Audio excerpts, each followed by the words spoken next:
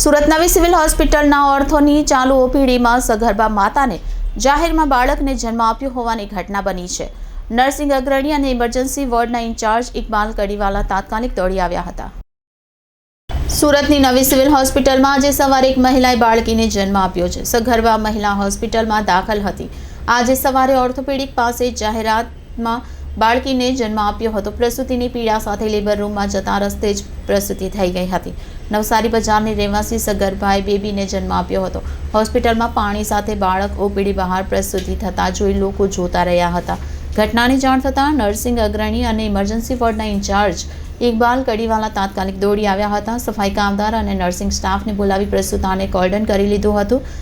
પરિચારિકાઓએ doctor અંજલિની મદદથી labour રૂમમાં મોકલી હંસા વસાવા અને રંજન ચૌધરી જશોદા ગામિતે તાત્કાલિક બાળક માતાને લઈ લેબર વોર્ડમાં દોડ્યા હતા। હાલ બંને સ્વસ્થ છે।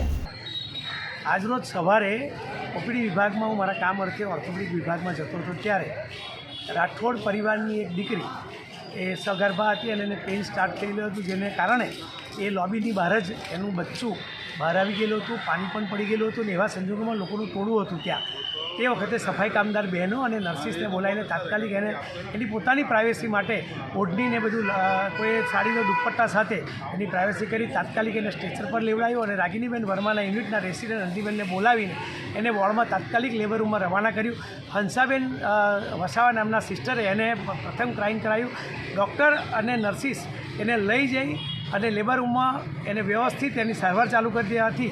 2.6 કિલોનું બાળકીનું વજન, માતા અને બાળક બંને તંદુરસ્ત છે અને રસ્તામાં આ ડિલિવરી થઈ અને એ પણ બેહોશ થઈ ગયેલી હતી બેન।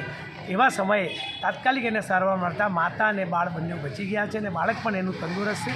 ભગવાને અમને આ સેવા કરવાનો મોકો આપ્યો।